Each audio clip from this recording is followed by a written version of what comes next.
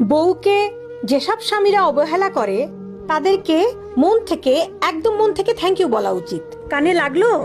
যে স্বামীরা বউকে ছোট করে, যে স্বামীরা অবহেলা করে বউকে, সেই স্বামীকে থ্যাংক ইউ বলা উচিত। কারণ ওই হাজবেন্ড তার বউকে বুঝিয়ে দিল তোমার দাম কত কম, তোমার প্রয়োজন কত কম, তুমি কত কম মূল্যবান।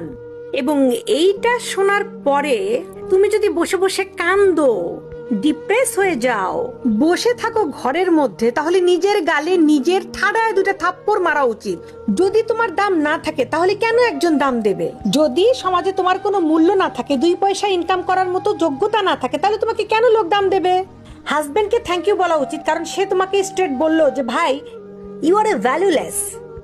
তখন কোমরের শাড়িটা পেঁচাও, ফেসবুকে একটা পেজ খোলো, ভিডিও দেওয়া শুরু করো। যেই মোমেন্টে তোমার মনে হবে তোমার হাজবেন্ড তোমাকে মূল্যহীন মনে করতেছে, যেই মোমেন্টে, কেন রে ভাই, আমি তো মনে করি 18 বছর হয়ে গেলে প্রত্যেকটা মেয়ের নিজের পায়ে দাঁড়ানো উচিত, নিজের ইনকাম করা উচিত। তাতে তার মাথায় যদি কেউ পিস্তল ঠেকায় যে তুই কাজ করবি না, তারপরেও কাজ করা উচিত। যতদিন একটা মেয়ে ইনকাম করবে, যতদিন একটা মেয়ে সুন্দর থাকবে, যতদিন একটা মেয়ে গোছানো থাকবে, যতদিন একটা মেয়ে আত্মবিশ্বাসী থাকবে, কারো বাপের ক্ষমতা আছে তার চোখের দিকে তাকিয়ে কথা বলবে? জাস্ট চিন্তা করো, তোমার বেতন মাসে 10 লাখ টাকা, তুমি 10 লাখ টাকা মাসে ইনকাম করো, তোমার শাশুড়ি এসে তোমার পা টিপবে। অবহেলা কাকে বলে ভাই? কাকে স্বামীরা দূর দূর করে? যে নিজে নিজেকে কখনো গুরুত্ব দেয়নি। একটা কথা মনে রাখবেন, তুমি গবরে জন্মেছো, নষ্ট জায়গায় জন্মেছো, নষ্ট পরিবেশে বড় হয়েছো, এটা তোমার অপরাধ না।